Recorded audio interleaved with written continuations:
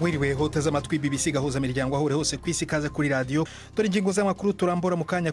Perezida w'u Rwanda Paul Kagame yavuze ko adatewe impungenge n'abashinja ubutegetsi bwe kutihanganira batavuga rumwe nabwo.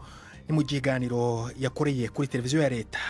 Diane Rwigara, umwe mu bantu bashatse kwiyamamaza ku mwanya wa perezida mu matora yo mu kwezi gutaha mu Rwanda, aravuga ko atazahagarika ibikorwa bya politike kabone n'ubwo yangiye kwiyamamaza. Nubwo bigoye cyane gukora politika mu Rwanda, ariko nzakomeza uko nshoboye kugeza igihe ibyo twifuza nk'abanyarwanda tubigezeho, abantu babona amahirwe angana yo kugaragaza ibitekerezo byabo. Muri Repubulika ya Demokarasi ya Kongo haravugwa ikibazo gikomeye cy'impunzi zirigoma zigizwe n'abaturage bahunze ibyabo baturuka muri teritwari ya Masisi. Biravugwa ko zitabona ubufasha bw'ibanze buhagije. Mu rwego rw'umunsi mpuzamahanga wahariwe impunzi ku isi wabaye ishyirahamwe ryishinzwe gukurikirana imibereho n'ibibazo by'impunzi z'abanyarwanda CSPR rirasaba ko abanyarwanda bahunze mbere y'impera z'umwaka w'1998 bakiri impunzi basubirizwaho statut y'ubuhunzi. Icyo cyemezo cyo kuvanaho ubuhunzi, guhagarika uburinzi bw'izo mpunzi z'abanyarwanda cyafashwe cyihutiwe, bigaragara ko cyashize abanyarwanda benshi mu cyeragati bari aho ngaho hanze badafite kivurira, badafite kirengera. Mu gihe mu Rwanda ibikorwa byo kwiyamamaza kubaharanira umwanya w'umukuru w'igihugu mu matora ateganijwe mu kwezi gutaha bitangira kuri wa gatandatu, ishyaka riri ku butegetsi rya FPR riravuga ko ritatangiye kare ibikorwa byo kwiyamamaza nk'uko bamwe babivuga.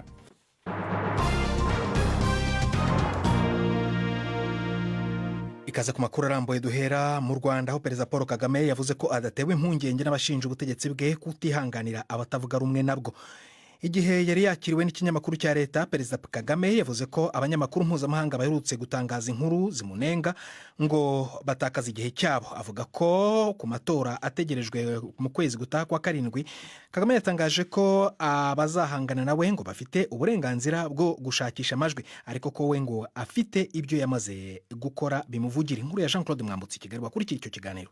Mu kiganiro yahaye televiziyo y'igihugu yari yahuje imirongo n'ibindi binyamakuru birimo ibyigenga, Paul Kagame yavuze bwa mbere ku banyamakuru 50 baherutse gushinja ubutegetsi bwe kuyoboza igitugu.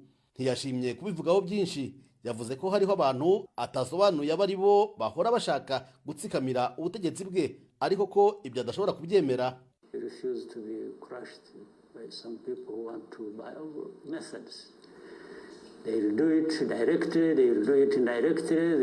Twanze guhonyorwa n'abantu bamwe bakoresha uburyo bwose bwabo buziguye n'ubutaziguye. Ndabibabwira kuko muri abanyamakuru buriya mwaba mwarabyumvise. Nabonye ihuriro ry'abanyamakuru bashimishwa no kutugirira nabi, ariko navuga ko ibi ari ugutakaza igihe cyabo. Amafaranga n'igihe byabo bari kubikoresha mu bindi. U Rwanda ruriho kandi ruzakomeza gutera imbere nubwo baba batabishaka. Avuga ku matora ari imbere, Perezida Kagame yavuze ko hari byinshi yishimira ko ubutegetsi bwe bwagezeho bishobora kuba bimuvugira, nubwo yemeza ko agifite inyota yo gukora byinshi. Gusa yanavuze ko hari abandi bazaba bahanganye nawe bashobora kuba nabo bafite ibitekerezo bishya. Twebwe dufite amahirwe yo kuvuga ngo hari ibyaturanze tumaze gukora mu myaka ishize, n'abandi bafite ibyabaranze cyangwa ibyo bifuza ko byabaranga bumva ndetse banarushaho. Niyo mpamvu baboneka bagashaka nabo kujya mu mwanya wo kuyobora igihugu, ariko uburenganzira bundi ni ku baturage guhitamo bishingiye ku cyo wabonye. Muri iki kiganiro Kagame yavuze no ku zindi ngingo nk'iy'umutekano muke muri Repubulika ya Demokarasi ya Kongo akunze gushinjwa kugiramo uruhare. Kagame yongeye kuvuga ko abamushinja uruhare bamurenganya, kuko byinshi mu bibazo bihari bifite imizi ihera mu gihe yari ataravuka. Muri iki kiganiro humvikanyemo abaturage bahamagaga kuri telefone, abenshi nta bibazo bari bafite, ahubwo bamushimiraga ibikorwa by'iterambere bavuga ko yabagejejeho, nawe akemeza ko imbere azakora byinshi. Avuga ku ngingo ya demokarasi, Kagame yavuze ko ibihugu bikomeye biyisobanura uko bibyumva kandi bikifuza ko imyumvire yabyo yakubahirizwa hose, ikintu we asanga kidakwiye. Jean Claude Mwambutsa, BBC Gahuzamiryango i Kigali. Mu Rwanda aho Diane Rwigara, umwe mu bantu bashatse kwiyamamariza ku mwanya wa perezida mu matora yo mu kwezi gutaha, avuga ko atazahagarika ibikorwa bye bya politiki kabone n'ubwo yangiwe kwiyamamaza. Komisiyo y'amatora yatangaje ko Diane atujuje ibisabwa birimo no kubona imikono y'abaturage bamushyigikiye itarimo ubusembwa. We avuga ko ibyo yasabwe byose yabitanze. Ku nshuro ya kabiri uyu mukobwa wa Rwigara Assinapol, umuherwe wapfuye muri 2015, ashatse kwiyamamaza ariko bikanga. Diane Rwigara kandi anavuga ko ubutumwa aherutse gusohora ku rubuga nkoranyambaga rwa Twitter avuga ko yitandukanyije n'ibivugwa n'umubyeyi we, bidasobanuye ko hari ibibazo biri mu muryango we. Umubyeyi we Adeline Rwigara yumvikanye anenga bikomeye ubutegetsi bw'u Rwanda kuri radio Iteme ikorera ku mbuga nkoranyambaga. Ubutegetsi ashinja ko bwahitanye umugabo we, ariko ibi birego leta ihakana yivuye inyuma. Polisi ikaba yaratangaje ko Assinapol Rwigara yazize impanuka y'imodoka. Twavuganye na Diane Rwigara, ntangira mubaza uko yakiriye icyemezo cya komisiyo y'amatora cyo kwanga kandidatire ye. Ntabwo byanshimishije kubera ko nari nzi ko uyu mwaka bazanyemerera nkiyamamaza, ko bitazaba nka 2017, ariko birangiye nta gihindutse. Donc ntabwo byanshimishije kubera ko kiriya gikorwa ni igikorwa kiba cyafashe umwanya, imbaraga. Iyo birangiye utabonye icyo wifuzaga birababaza. Haba harimo igishoro umuntu yatanze kandi gitubutse, uba wifuza ko byagenda neza ukisanga ku rutonde, ariko ntabwo byaciyemo. Kugira ngo byumvikane, igishoro watanze no kuvuga ni kimeze gute? Kiriya gikorwa cyo gushaka imikono, cyo gushaka ibisabwa, ni igikorwa gisaba umwanya, ni igikorwa gisaba imbaraga, gisaba mikoro, kubera ko kugira ngo uzenguruke igihugu cyose n'abagufasha ntabwo ari ubuntu, bisaba amafaranga. Ni igikorwa gisaba ibintu byinshi. Komisiyo y'amatora yaba yarigeze iguhamagarika kubwira impamvu utagije ku rutonde, cyangwa we waba warayibajije impamvu?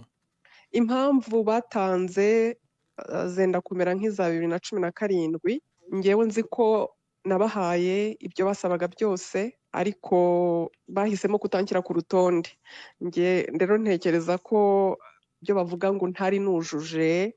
Ibyo bavuga utari wujuje ni nk'ibiki? Yavuze yuko hari ikibazo cy'imikono itari yujuje ubuziranenge. Bavuga yuko hari ibindi bisabwa ntari mfite ntabahaye, ariko nge nzi ko ibyo basabaga byose nabishyikirije komisiyo, ndetse n'imikono nzi ko natanze imikono mizima, ariko byarangiye bavuze yuko ntashobora kujya ku rutonde rw'abakandida kubera izo mpamvu nyine z'ibisabwa n'imikono. Uretse ko kuri njye ari urwitwazo, ntibanshakaga kuri uriya rutonde, bagombaga gushakisha impamvu zo kutanshyiraho. Ubu ni inshuro ya kabiri ushatse kwiyamamaza bikanga, ni ukuvuga ko birangije ubushake bwawe cyangwa se icyifuzo cyo kwiyamamaza ku mwanya w'umukuru w'igihugu, cyangwa uzongera ugerageza kandi mu matora ataha? Ntabwo ndabimenya, haracyari igihe. Intumbero yanjye yari ukwiyamamaza uyu mwaka, ibindi bizakurikira ntabwo nari nafata icyemezo. Ubu ugiye gukora iki rero nyuma yo kwangirwa kwiyamamaza ku mwanya wa perezida Diane?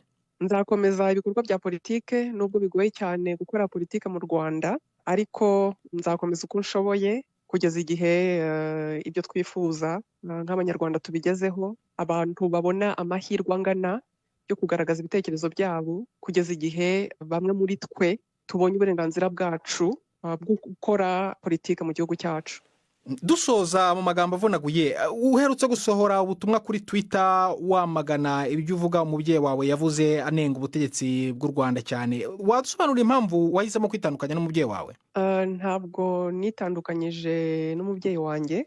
Usomye Twitter yanjye naravuze nti ibyo umubyeyi wanjye atangaza mu biganiro ni ibitekerezo bye bwite, njye na basaza banjye ntaho duhuriye nabyo. Nibyo navuze. Ibyo avuga ni ibye, ni ibitekerezo bye. Nanjye mfite ibyanjye, ni icyo nashatse kuvuga. Ntabwo bishobora kuba bigaragaza ko mu muryango wanyu naho hashobora kuba harimo kutumvikana cyangwa se ibintu bimeze nk'ubushyamirane? Oya, kubera ko ntabwo dukeneye gutekereza kimwe. Kwitandukanya n'ibitekerezo bye yavuze no kubera ko washatse kwitandukanya kubera ko utebyemeranya nabyo, cyangwa no kubera ko ufite ubwoba bw'uko wemeranyije nabyo bishobora kukugiraho ingaruka? Ibyo natangaje ni ibyo. Afite ibitekerezo bye, natwe dufite ibyacu, biratandukanye. tuve mu Rwanda tujye mu Burundi hakomeje kuvugwa ikibazo cy'ibura rya lisansi cyangwa igitoro. Iki kibazo cyatumye bamwe mu babyeyi barerera ku mashuri atandukanye yo mu gisagara cya Bujumbura bavuga ko bagoye cyane no kugeza abana babo ku mashuri.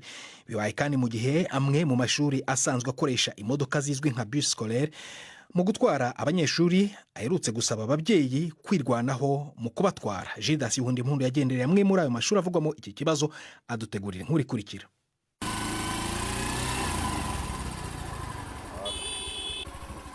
Aha Innocent Irariha, umuvyeyi arereye kuri rimwe mu mashuri mu gisagara ca Bujumbura, ahejeje gushikana abana biwe ku isomero. Asigaye yikora ku ipikipiki kubera tubagitweruka imodoka yunguruza abantu yo mu bwoko bwa taxi. Yamara ntiyorohewe. Bimusaba kwitwara ko abana benshi carimwe kugira agatoro kamara umwanya munini ushoboka. Ibi vyatumwe nuko imodoka y'ishure bus scolaire barabuze igitoro. Babuze igitoro baca batubwira ko abavyeyi bategeza kwimenya. Nkafata umwanzuro wo kujana ku moto abana batatu. Babiri ndabashira inyuma bagafatana, isakoshi bagashira ku ruhande, uyo wundi umwe nkamwambika casque, hanyuma akijera imbere kuri reservoir ngaca ngenda, kandi ngenda urugendo rutari ruto. Hari abavyeyi biyungunganije bafatira hamwe imodoka ntoya yo mu bwoko bwa Probox, niyo yunguruza abana babo. Ariko kubera ubwinshi bamwe bagenda bahagaze, abandi bareranye, abandi nabo bakicara mu kibanza cagenewe imizigo. Uyu mudereva twahoye bashikanye ku ishure. Ubu nzana abana bashika 20, nkaba ndabakura Kiriri ndabamanukana mu Nyakabiga. Bwa mbere waraja kuri station kanaka uganwa igitoro ugafata n'ima programa kagenda mugubu ugishikana abo bana umuduga ucugumiza ngaho nyene gacugenda mu vyi wawe n'amaguru kaza kugaruka kubatora utaha. Niruhombo runini gose kuko hari indi mirimo utari bukore muri ibura ry'ibitoro. Aba bavyeyi basa n'abatabona ingene izi ngorane z'ubukene bw'igitoro zizorangira. Ubuzima buragoye cyane, imoto yagenewe abantu babiri canke umwe akagenda k'abantu bane, uca wumva ko atari ibintu bimeze neza. Mbere hari ngiye n'abapolisi bigera kumfata, candabwira ati none mubona vyogenda gute, umwana umwe ndamureke canke babiri ndabareke, irikena ry'ibitoro nabuze ibitoro kandi basiba ku ishuri, bari mu bibazo, bari mu biki ntivyokunda. No kwiheba nyene uratimba kuko nta kundi kuntu vyogenda. Ku mashuri atatu nagendeye ingaruka ziribonekeza. Nubwo abayobozi batashimye kumpa amajwi, harabambwiye ko abigisha batagishobora gutonda ku gihe kubera bataronka ingene biyunguruza. Ibi ngo bituma ivyigwa bitangura bitevye.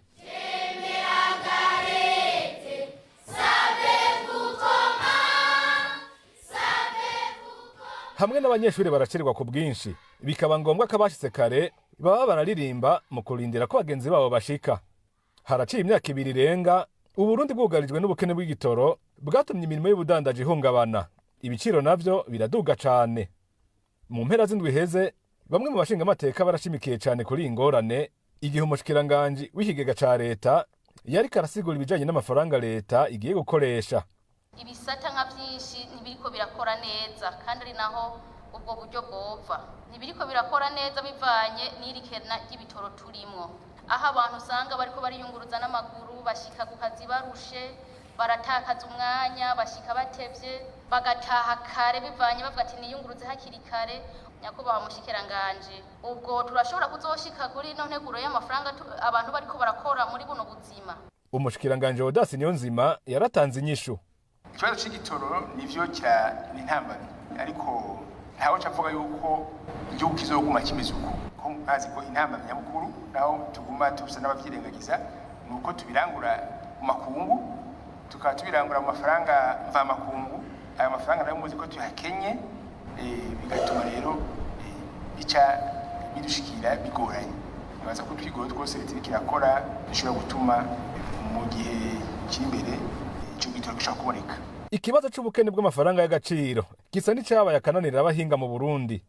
Mu ntumbero yo kuyagwiza, leta iherutse gutangaza ko igiye guteza imbere igiterwa c'ikawa hamwe n'ic'amavoka ashobora gushorwa hanze y'igihugu.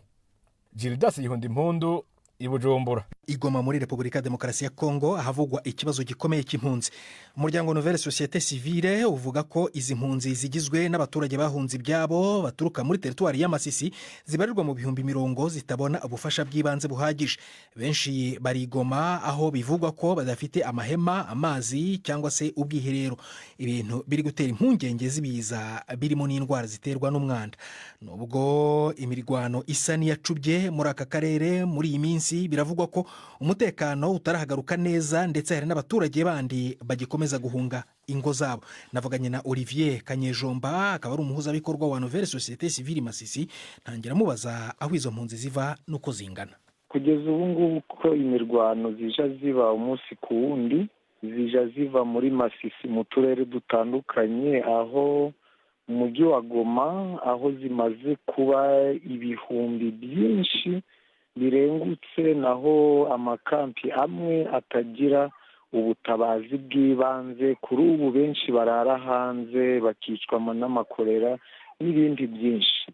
Ubwo iyo uvuze ngo ni ibihumbi byinshi no kuvuga umubare utangwa nande? Umubare uje utangwa n'abaperezida bagiye bahagararira inkambi zitandukanye, aho usanga imibare zimwe tugiye tugira biturukanye n'ibarura abaperezida bahagarariye inkambi bagenda baduhereza.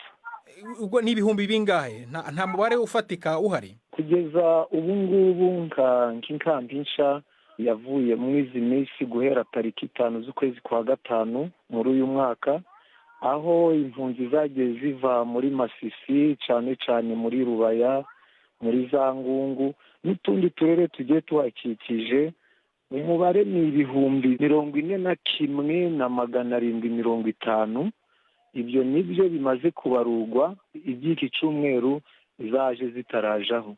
Ubu babayeho gute rero, bafashwe gute? Kugeza ubu ngubu ibihumbi 41,750 ntibarabona ubufasha bwari bwo bwose. Abenshi bararara hanze, mbese nta butabazi buhari muri rusange. Ubundi imiryango itera inkunga impunzi nka HCR cyangwa se Croix Rouge nta kintu barimo kubafasha? Kugeza ubu ngubu amaonije aragenda akabageraho bakabasura, ariko ubu ngubu kugeza ubu nta kintu na kimwe barabona. Ntibarabona aho kwituma nangwa se amatoilette, amawese, ntibarabona amazi, ntibarabona ihema, mbese ibutabazi bw'ibanze nta na kimwe baraza kuronga. Imirwano se iracyakomeje cyangwa birasa nk'ibyoroshye? Kugeza ubu ngubu nta mirwano, icyumweru gishize nta mirwano iri kumvikana muri teritwari ya Masisi, aho ibintu bisa n'ibiri kalume nangwa se bicecetse.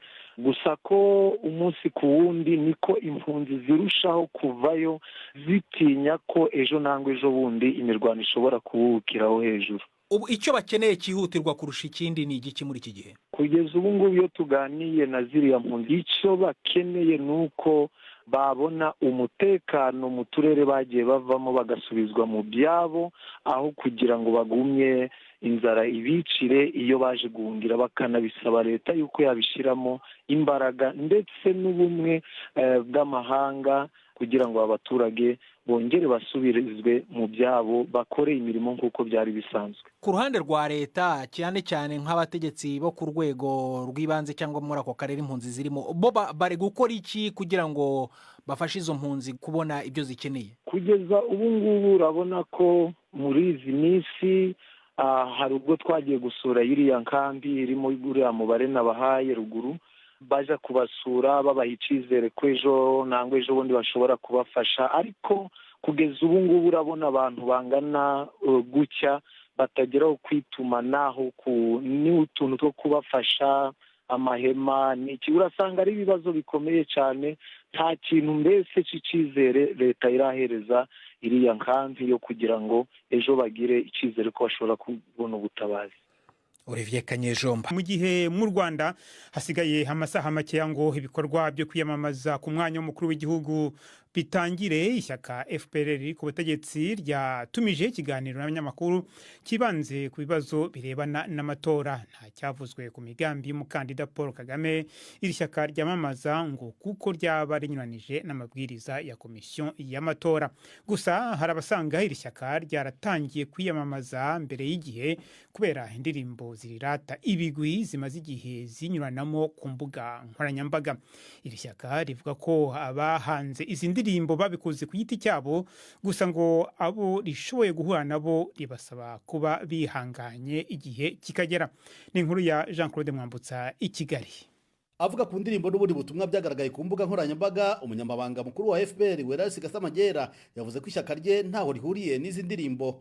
yemera nawe ko izi ndirimbo ziriho kandi ko ari nyinshi zikaba zirata ibigwi by'umukandida Kagame, gusa ngo byakozwe n'abayoboke cyangwa abandi ngo bakaba barabikoze ku giti cyabo. Abenshi mu bagiye bakora ziriya ndirimbo n'abanyamuryango babyibwirije, kimwe no kuzibona umuntu afata igihangano cy'uko abishaka akagishyira kuri social media, kandi kuri twebwe ni n'umurimo tutashobora bitworoheye kumubwira ngo nabe yoroheje bazagishyireho nibatangira kwamamaza. Iyo ari umunyamuryango duhuye nawe turamubwira ati nyamuntu ube woroheje, iyo ari undi wagize atya akagishyiraho ntabwo wabimuhanira, nta nubwo ari n'umurimo wacu, ahubwo twiyoza ko ababigenzura wenda nibo bababwira bati nimwe mworoheje. Havuzwe kandi no kubiyamamaza badaturuka mu ishyaka rya FPR bahohoterwa mu bikorwa byo gushaka amajwi. Komiseri ushinzwe imyitwarire Nathalie Munyampenda yavuze ko ishyaka rye ridashyigikiye uwo ari we wese wabangamira umuntu ukora ibyemewe n'amategeko, ngo aho bizagaragara FPR ntizazuyaza guhana uwabikoze. Muri iki kiganiro kandi hanavuzwe no ku bantu bakwa imisanzu yo gutegura amatora ku ngufu kandi bigakorwa mu izina rya FPR. Ibi nabyo ngo ntibiri mu bikorwa FPR ishyigikira. Cyakora Komiseri Munyampenda akavuga ko ku bayoboke bidatangaje kuba batanga imisanzu mu ishyaka ryabo. Utanga kuri party yawe cyangwa umuryango wawe ni ibintu bisanzwe, nibaza ko abantu babigize nkaho ari ikintu kidasanzwe, ariko kugira ngo utange umusanzu wawe ushigikiye FPR Inkotanyi uri umunyamuryango ni ibintu bisanzwe. Icyo tugarukaho ni uko umuntu agomba gukora ku bushake bwe. Icyo dushaka ni uko abanyamuryango bakomeza kugaragaza disipurine, cyane cyane abari mu nzego z'ubuyobozi bw'umuryango. Aho amakuru azagaragara tuzabifatira ibihaniro nk'uko bisanzwe. Muri rusange ibikorwa byo kwiyamamaza kubifuza kuyobora igihugu biratangira kuri wa gatandatu. Ishyaka FPR riri ku butegetsi n'amashyaka yandi 5 bishyize hamwe baramamaza Paul Kagame usanzwe ayoboye igihugu. Frank Habineza we azaba yamamazwa n'ishyaka riharanira demokarasi no kurengera ibidukikije Green Party. Mpayimana Philippe we azaba yiyamamaza nk'umukandida wigenga. Ku bagize inteko ishinga amategeko, amashyaka amwe yashyigikiye Kagame nka PSD na PR azaba noneho yiyamamaza ukwayo ashakira amajwi abo yashyize ku rutonde rw'itora. Jean-Claude Mwambutsa, BBC Gahuza Miryango, i Kigali. Tugume ku makuru yerekeranye n'u Rwanda. Mu gihe ejo hashize ku itariki ya 20 z'ukwezi kwa gatandatu wari umunsi mpuzamahanga wahariwe impunzi ku isi, ishyirahamwe ryishinze gukurikirana imibereho n'ibibazo by'impunzi z'abanyarwanda CSPR ryasohoye itangazo aho rivuga ko hari hakwiye gusubizwaho statut y'ubuhunzi ku banyarwanda. Gukuraho kwitwa impunzi ku banyarwanda byagezweho mu masezerano hagati ya leta y'u Rwanda na HCR mu cessation clause cyagiye mu bikorwa ku itariki ya 30 z'ukwezi kwa gatandatu 2013. Muri aya masezerano hemejwe ko nta mpamvu zari zikiriho zatuma abanyarwanda bitwa impunzi kubera urugero umutekano ugezeho muri icyo gihugu. Ariko ishyirahamwe CSPR rivuga ko bamwe mu banyarwanda bagikomeza guhunga igihugu, bagahunga ibibazo biri mu gihugu cyabo. Abari hanze nabo ngo bamwe muri bo bakaba babayeho mu bwoba kubera ibikorwa bya leta y'u Rwanda. Mugenzi wanjye Prudence Nsengiyumva yavuganye na Gervais Condo, umwe mu bahuza bikorwa ba CSPR, atangira amubaza impamvu basohoye iryo tangazo. Ku birebana n'abanyarwanda hari abatekereza ko nta mpunzi z'abanyarwanda zikiriho, ibi bikaba atari nabyo, no kugira ngo tuvuguruze ibintu bimwe bivugwa n'abategetsi cyangwa se n'inzego zakagombye kubarengera, tukagira ngo rero twongere twibutse isi ko impunzi z'abanyarwanda zikomeje kugenda zihunga igihugu kandi ntibashaka kujya kureba imibare yabaza mu bihugu nk'aho ngaho by'i Burayi. Hari icyo muvuga mu itangazo ryanyu, muravuga muti turasaba ko gusaba ubuhunzi byakuriweho abanyarwanda, ibyo bita cessation clause, byongera bigasubirwamo abanyarwanda bakemererwa ubuhunzi. Ibi kuki mushaka ko bigarurwa? Ibi ni ibintu bikomeye cyane kuko tusobanura ko icyo cyemezo cyo kuvanaho ubuhunzi, guhagarika uburinzi bw'izo mpunzi z'abanyarwanda cyafashwe cyihutiwe.